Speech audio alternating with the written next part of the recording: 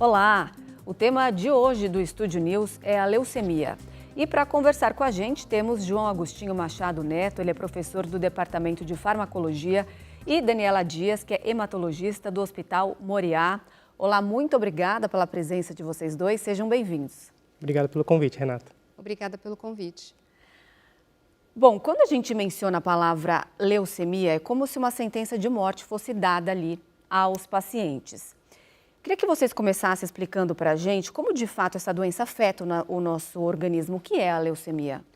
A leucemia, ela é uma alteração na formação dos glóbulos brancos principalmente. Eu tenho uma alteração na célula tronco produtora e esse glóbulo branco, ele não sofre uma diferenciação. Eu tenho uma célula que é imatura, ou seja, que ela não vai ter uma atividade como ela deveria. Então, claro, é um diagnóstico que assusta muito, né, quando é recebido, mas temos diferentes tipos de leucemias. Temos as leucemias agudas e as leucemias crônicas, em que esse tipo de produção e atuação dessa célula glóbulo branco vai se diferenciar. A gente ouve muito falar de que tem leucemias mais agressivas, outras que atingem mais as crianças, outras que têm ali uma progressão mais lenta. Quais são os tipos mais comuns? Então, dentre as leucemias, temos uma diversidade delas, mas os tipos mais comuns são as leucemias, entre as leucemias agudas, que são aquelas em que eu tenho uma necessidade de ação imediata, que são as leucemias mieloides agudas e as leucemias linfóides agudas, que, como você mencionou, são aquelas mais comuns na infância. E entre as leucemias crônicas, que são aquelas que têm um curso um pouco mais lento, mais demorado, que em algumas situações não requer um início de tratamento imediato, são as leucemias linfóide crônica e leucemia mieloide crônica. Qual é a mais grave? As leucemias agudas, justamente pela ação dessas células imaturas, ou seja, que não têm a sua atividade normal, que é de defender o nosso organismo, elas começam a produzir células que não têm função nenhuma e, pelo contrário, começam a atrapalhar a produção das células boas, normais no nosso organismo. Elas costumam atingir uma determinada faixa etária?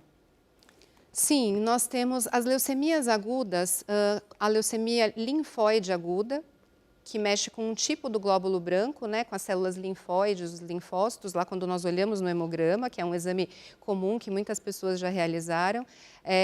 Essa célula diferenciada como a leucemia aguda é mais comum na infância, mas ela pode ocorrer em qualquer faixa etária. Já as leucemias mieloides agudas, elas acometem mais a faixa etária adulto. Temos crianças também, mas ela acomete mais o adulto e aumenta com o envelhecimento. Já as leucemias crônicas, elas são mais comuns em populações mais idosas, ou seja, acima de 50, 60 anos. Não que elas não possam acontecer antes, mas é uma faixa etária mais comum de aparecer. E quais são, então, os principais sintomas da doença? Eles podem ser confundidos ali com outro tipo de enfermidade? Qual seria o sinal de alerta para o paciente? Bom, em relação aos sintomas, ela reflete muito o que a doutora Daniela falou, que é a falha da hematopoese. Então, o paciente apresenta anemia como um sintoma laboratorial, que vai refletir em fraqueza. Ele apresenta a redução do número de plaquetas, então vai refletir em hematomas ao longo do corpo, em sangramentos espontâneos. E também tem a baixa dos leucócitos funcionais. Ele vai ter muito leucócito não diferenciado, leucócito que não exerce a função apropriada. Então, esse paciente está muito mais suscetível a infecções. Infecções recorrentes pode ser um sintoma. Então, fraqueza, sangramentos espontâneos ou hematomas pelo corpo ou infecções recorrentes. A gente está falando aqui do hemograma. É dessa forma que se detecta a leucemia? O diagnóstico é feito dessa forma, com um simples exame de sangue? Ou ele consegue detectar que a pessoa ali está com a doença, mas depois como que é verificado qual o tipo que ela está de leucemia? Então, como o João estava comentando, as células elas são produzidas todas dentro do nosso osso, lá no tutano. Então, ali nós produzimos, a célula tronco produz o nosso glóbulo branco, o nosso glóbulo vermelho e a plaqueta. Então, quando eu tenho a leucemia, eu tenho uma produção acentuada desse glóbulo branco, inibindo muitas vezes a produção das células normais. Então, eu vou ter a anemia, que eu vou ter esses sintomas, né, de cansaço, palidez na pele, os hematomas, como o João falou, por conta da queda das plaquetas, muitas vezes sangramentos mais fáceis, aquelas manchas roxas, pintinhas vermelhas pelo corpo e o aumento da infecção também. isso é um sinal de alerta. O hemograma alterado, ele já é um indício de que algo não vai bem. Então, quando eu tenho essa alteração, nós realizamos exames específicos para fazer o diagnóstico. Então, nós costumamos fazer um exame de punção medular, chamado mielograma. Esse exame vai analisar a característica dessas células. Eu vou olhar num microscópio a forma dessas células. Se elas são formas normais, próximas do normais, ou formas muito diferenciadas, que geralmente eu encontro nas leucemias agudas. Eu faço um outro exame nessa mesma punção que chama imunofenotipagem. Eu vou passar esse material num aparelho que vai identificar se se trata de uma leucemia aguda, de uma leucemia crônica, de uma leucemia linfóide ou mieloide, a depender do tipo celular. E, além disso, são realizados exames complementares, que são exames genéticos, para eu tentar fazer uma caracterização da gravidade dessa leucemia e até também para apoiar na escolha de um medicamento mais adequado no seu tratamento. Existe uma causa para leucemia? A predisposição genética pode ser um dos fatores? Leucemias familiares com predisposição genética são raras, não é comum, não é o evento mais comum. A causa da fisiopatologia, do início da doença, ainda não é conhecida. Existem pesquisas que mostram que algumas mutações que a gente adquire ao longo da vida, que geram um fenômeno chamado hematopoese clonal, é um fenômeno que foi recentemente descoberto, ele predispõe à leucemia, certo? Mas, por exemplo, a exposição a agentes tóxicos, agrotóxicos, isso aumenta a chance de ter alterações genéticas que levam ao desenvolvimento da leucemia. Mas a causa ainda é um objeto de estudo.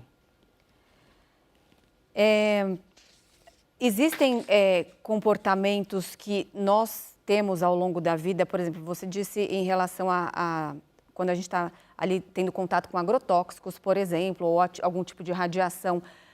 Nos hábitos mesmos, aqueles do dia a dia, hábitos de vida, alimentação saudável, exercício físico, tem alguma relação? Na verdade, o que tem acontecido é que, ultimamente, o número de diagnósticos oncológicos tem aumentado, né? E isso realmente tem sido atribuído à nossa mudança de estilo de vida.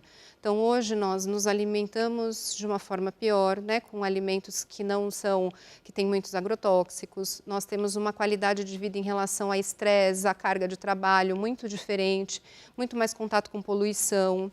Então, todas essas questões certamente estão relacionadas de alguma maneira, até como o João mencionou, a alterações genéticas que nós vamos podendo ser submetidos aí ao longo da vida. E essas exposições contínuas vão fazendo alterações genéticas, desenvolvimento de alterações genéticas, deleções, que são perdas de material genético, que isso futuramente pode desenvolver uma leucemia, né? Por exemplo, uma alteração clonal, ou seja, células que vão se repetindo ali de forma não adequada e que propiciam o desenvolvimento da doença. E como a leucemia também ela é associada à idade, né? As leucemias, por exemplo, mieloide aguda, que é um quadro bastante grave, com poucas opções de tratamento, e quando falha as opções de tratamento, ainda assim, uma doença difícil de se manejar, ela está associada com o envelhecimento da nossa população. Então, conforme aumenta a expectativa de vida, a gente vive mais e a gente fica mais suscetível a ter doenças associadas com a idade. Então, parece que o número aumenta, mas é porque a gente vive mais. Então, a gente consegue viver tempo suficiente para entrar nessa faixa de mediana de idade de desenvolvimento da doença. Por conta do envelhecimento da população. Bom, nós falamos aí, então, o que é a leucemia, falamos das causas, do diagnóstico. Agora, tratamento. Ele é um tratamento padrão inicial para todos os pacientes ou depende do tipo de leucemia que o paciente está? O pontapé inicial seria a quimioterapia? Nem sempre. Então, como nós falamos, dentro desses tipos de leucemia crônicas e agudas, se falarmos em tratamento de leucemias agudas, sim. O tratamento ele é o início com tratamento quimioterápico, muitas vezes, associado ou não a novos medicamentos, né? Imunoterápicos principalmente. E isso também vai depender muito da idade do paciente, da condição física do paciente. Então, se eu tenho pessoas mais jovens, com um bom estado físico, dependendo do tipo de leucemia, o meu tratamento inicial pode ser quimioterapia, com a imunoterapia, que é uma combinação, e até futuramente pensar num transplante de medula óssea. Se eu tenho uma doença aguda, de boa característica, digamos assim, por isso que hoje, cada vez mais, e o João pode me complementar, marcadores genéticos que são analisados ao diagnóstico têm um papel muito importante nessa tomada de decisão, tanto de eu definir um transplante de medula óssea ou não. Já em contrapartida, nas leucemias crônicas, eu posso fazer o diagnóstico lá, aparece no hemograma, faço os exames complementares e só faço um acompanhamento. Temos pacientes hoje que têm diagnóstico já há 7, 10 anos e até hoje não precisaram de nenhuma terapia, como nas leucemias linfóides crônicas, por exemplo. Então, são pacientes que são seguidos com exames periódicos e o que vai determinar se eu preciso tratar ou não? Alterações importantes, piora, como anemia, queda das plaquetas, ou sintomas clínicos, como febre, perda de peso, adinamia, ou seja, uma piora na qualidade de vida. Um ponto que foi tocado em relação às mutações e à pesquisa de novos marcadores genéticos, isso foi fundamental para o desenvolvimento das novas terapias. Então, dentre as leucemias crônicas, a doutora Daniela citou o exemplo da LLC, da leucemia linfocítica crônica, que muitas vezes não precisa de tratamento. A leucemia mieloide crônica, ao contrário, ela saiu de um curso fatal, onde o paciente evoluía e ia a óbito num período muito curto, até de 5 anos, para uma doença das mais curáveis do ponto de vista da leucemia. O paciente toma um único medicamento que ele vai atingir a mutação que a célula tem e esse medicamento vai manter ele estável com uma sobrevida muito parecida com uma população normal, uma população que não tem a doença. Então, veja, a identificação desses fatores genéticos, dessas mutações, pode direcionar cada vez mais a tratamentos específicos e, para alguns tipos de leucemia, virtualmente curá-la. Nas leucemias agudas, a mesma coisa está acontecendo. Nós estamos identificando as mutações que são importantes para a doença e novos fármacos, novos medicamentos que vão atacar essas mutações de maneira seletiva estão melhorando o prognóstico desse paciente. Ele consegue viver mais tempo, com uma qualidade de vida muito melhor, com tratamentos menos agressivos que a quimioterapia. Lembrar que o paciente, por exemplo, com leucemia mieloide aguda, a mediana de idade é em torno de 60, um pouco mais de 60 anos. E muitos deles não são elegíveis à quimioterapia. A quimioterapia é uma terapia debilitante. Então, muitas vezes, eles não são elegíveis para a quimioterapia. Então, esses novos tratamentos, alvos dirigidos, que a gente chama, que vai direto na mutação, que vai direto no alvo, eles são, geralmente, associados com menos efeitos adversos, maior tolerância pelo paciente e prognóstico melhor. Que bom que nós temos todos esses avanços hoje à nossa disposição. Falando ainda mais um pouco sobre a quimioterapia, quando a gente vê, já tive casos na família de pessoas que fazem quimioterapia, é algo que maltrata muito o paciente. Queria perguntar para vocês se realmente a reação que cada um tem difere do tipo que a pessoa, do estado que a pessoa se encontra. Todo mundo passa mal daquele jeito ou hoje a gente já tem no mercado medicamentos à disposição que conseguem pelo menos amenizar os efeitos da quimioterapia? Vou explicar um pouquinho como que funciona a quimioterapia e a doutora Daniela completa com como o paciente responde a ela. A quimioterapia, na leucemia mieloide aguda ou na leucemia linfoblástica aguda, são as doenças que necessitam de um tratamento mais urgente, porque o prognóstico é muito ruim e a doença é muito debilitante a curto prazo, ela vai matar todas as células que proliferam no nosso corpo. Quais são as células que proliferam no nosso corpo? A medula óssea, onde está a célula doente, as células leucêmicas, que são as células doentes, as células da pele, porque nós renovamos a pele o tempo todo, as células do sistema gastrointestinal, então todo o nosso sistema gastrointestinal vai sofrer, vai cair os cabelos e os pelos no nosso corpo, porque são células que proliferam. Então, toda célula que prolifera, que se regenera, e que de fato é necessário que ela se regenere. Nós precisamos trocar as células da pele, precisamos trocar as células da mucosa, do nosso intestino, da boca. Então, todas essas células vão sofrer pela quimioterapia, e por isso é um tratamento tão debilitante. Nós temos alguma coisa de nova aí no mercado para conseguir amenizar os efeitos? Então, como o João falou, é isso mesmo. Os medicamentos quimioterápicos tradicionais que nós temos, eles ainda, muitos já foram diminuído o seu uso, mas ainda seguem importantes no tratamento. Mas esse direcionamento da terapia, de acordo com a parte genética, ele tem minimizado o uso desses medicamentos, diminuído a quantidade do uso desses medicamentos, diminuindo assim os seus efeitos. Claro, eventos como, eu acho que, como você colocou, essa questão de maltratar, ele já maltrata psicologicamente a pessoa que vai receber o tratamento.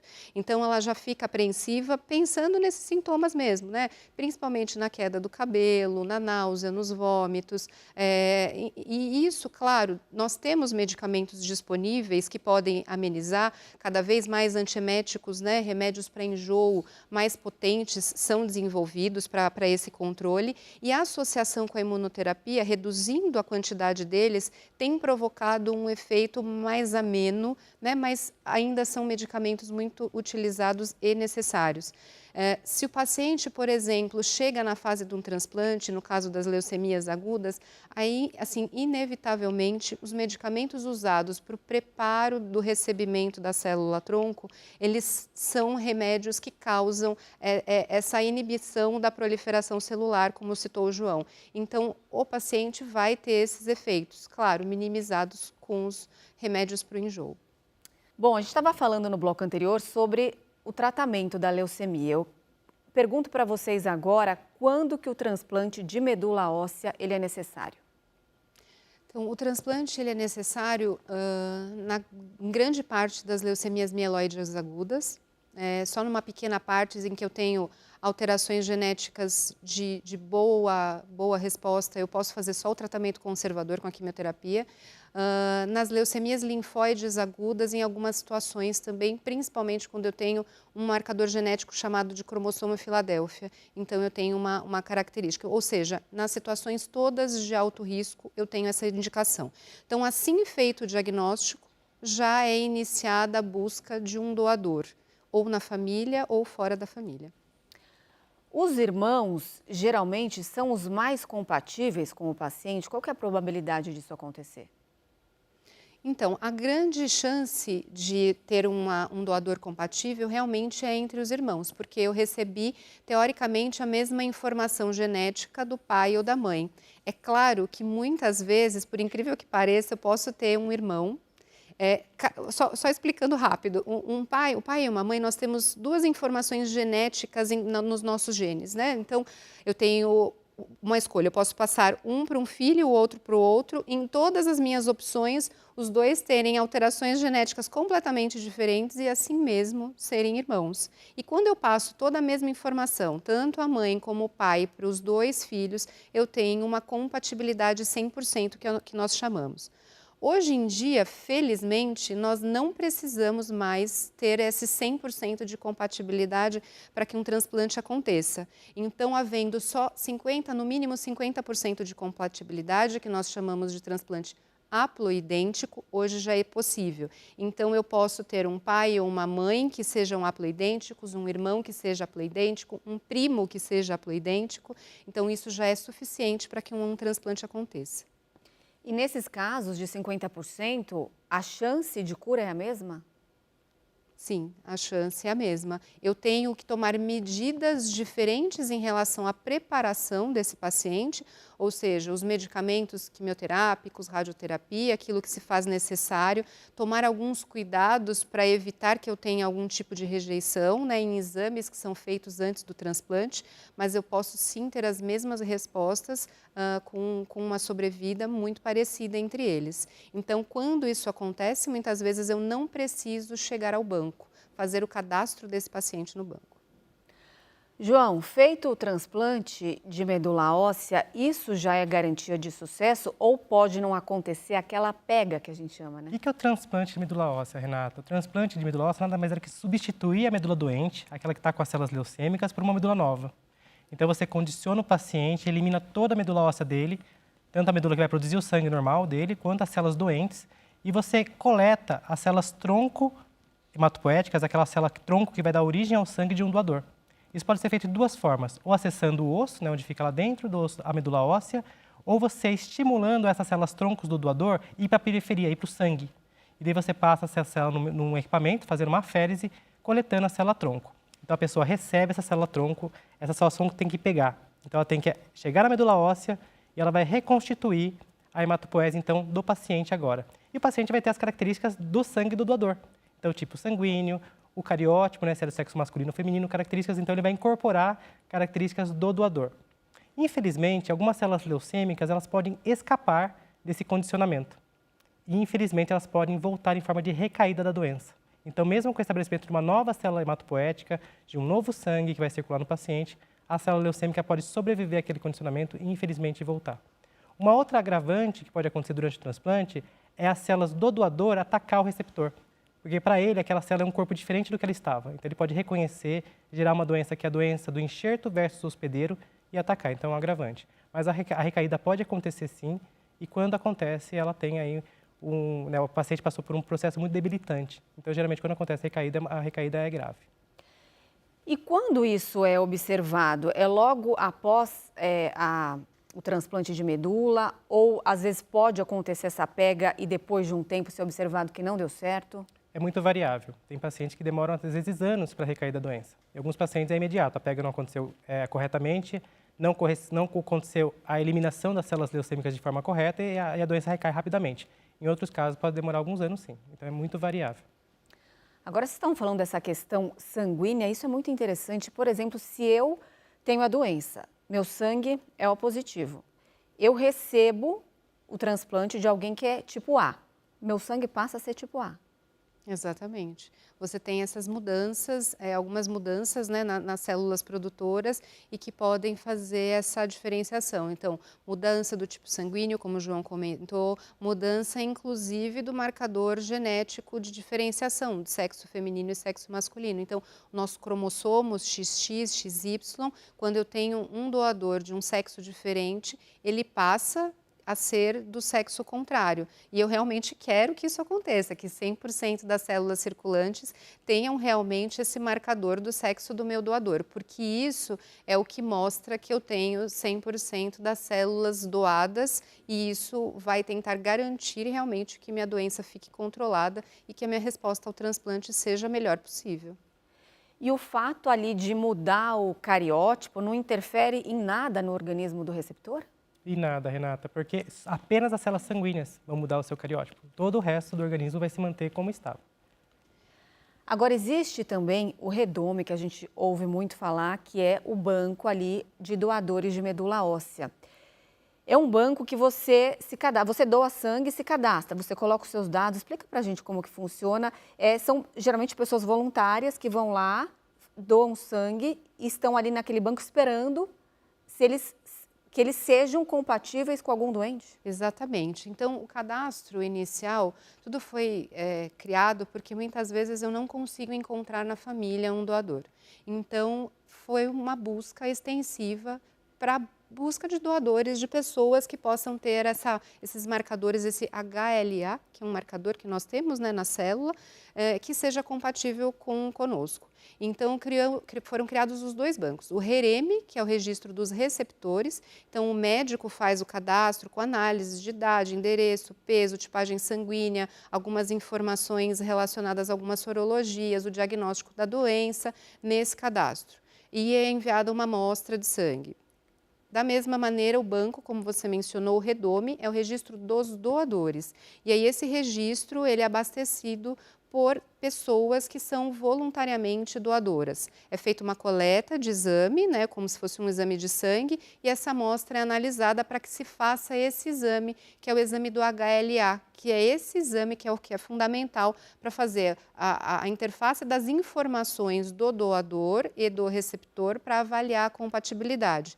Então a pessoa que doa fica nesse cadastro, nesse banco, aguardando que apareça alguma pessoa que necessite da doação dela. Agora, muita gente, acredito eu, não sabe que existe essa possibilidade de você ali se tornar um doador de medula óssea. Esse banco, o REDOME, a probabilidade de você encontrar hoje em dia um doador compatível é 1 a cada 100 mil habitantes. A gente está falando de um cadastro nacional, né?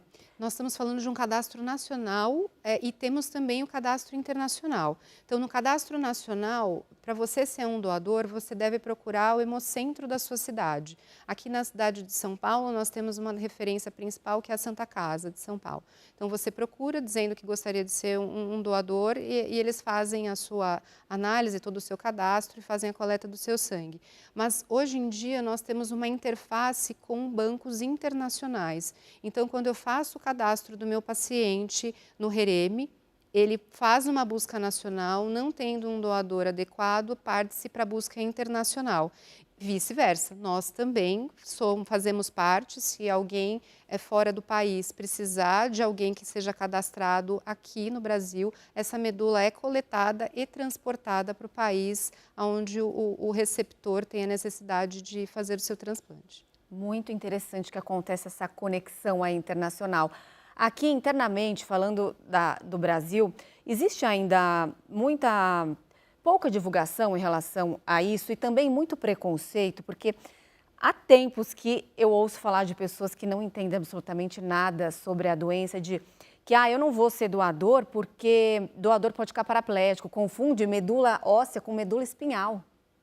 Exatamente, muitas vezes tem essa confusão. É importante salientar que nós temos 2 tipos de medula. A medula óssea, que é essa onde tem a formação, né, onde nós temos a célula-tronco, que eu acho que todo mundo, né, um dos lugares onde tem a célula-tronco, onde nós conseguimos a formação dessas células do sangue, e é nessa medula ali dentro do osso que tem essa produção e que muitas vezes a forma de doação, ela pode ser necessária a coleta dali, mas o paciente tem, o doador tem uma anestesia geral, ele é supervisionado e é feita a coleta desse sangue de dentro do osso. A medula espinhal é aquela que nós temos quando tem a suspeita de que haja uma meningite, né? Então é dela que tem o líquor, que é o líquido que banha, né, as nossas células do sistema nervoso, e é ali que nós fazemos uma punção para avaliar se temos algum quadro inflamatório, algum quadro infeccioso. Então são medulas completamente diferentes, as duas muito importantes, né, mas completamente diversas. É importante destacar para o público de casa que a doação de medula hoje em dia é um procedimento muito seguro. Existem complicações que podem acontecer, que são raras, mas existe também a opção de você recrutar essa célula-tronco que está na medula óssea para o sangue periférico. E daí essa célula fica circulante e eu faço apenas a ligação, então, na própria veia, sem necessidade de uma cirurgia, e eu coleto essa célula-tronco que está circulante agora no sangue periférico. Isso deixa o processo muito mais simples. Tem uma medicação que é usada, bem lembrado, João, tem uma medicação que é usada que faz a migração dessa célula de dentro do osso para a corrente sanguínea. E é a forma como se fosse uma doação de sangue mesmo. Um pouquinho mais demorada que uma doação, mas funcionando os acessos, né, venosos, em algumas situações necessária a colocação do catéter, mas é uma doação bem tranquila e confortável para o doador. Agora eu quero falar dos avanços aí da medicina, nosso tempo está acabando. O que a gente tem de novidade hoje, tanto em termos de diagnóstico quanto de tratamento para combater a leucemia? O futuro está sendo muito generoso com o tratamento das neoplasias hematológicas. Então, com as tecnologias de sequenciamento de última geração, nós conseguimos sequenciar o genoma humano inteiro em poucas horas. Então, a gente consegue muita informação de novas mutações, de novas alterações moleculares, alterações cariotípicas e tudo mais. Então, a gente consegue classificar o paciente melhor do ponto de vista de mutações. E essas mutações, quando identificadas, elas eram oportunidades de tratamentos mais específicos. Então, hoje em dia, existe, por exemplo, os inibidores de BCL2, que é uma classe nova de medicamentos, aprovada em 2020 para o tratamento das leucemias agudas, que ela beneficiou 1/3 dos pacientes que não tinha mais nenhum tratamento. Então, 1/3 desses pacientes respondem muito bem a essa nova terapia.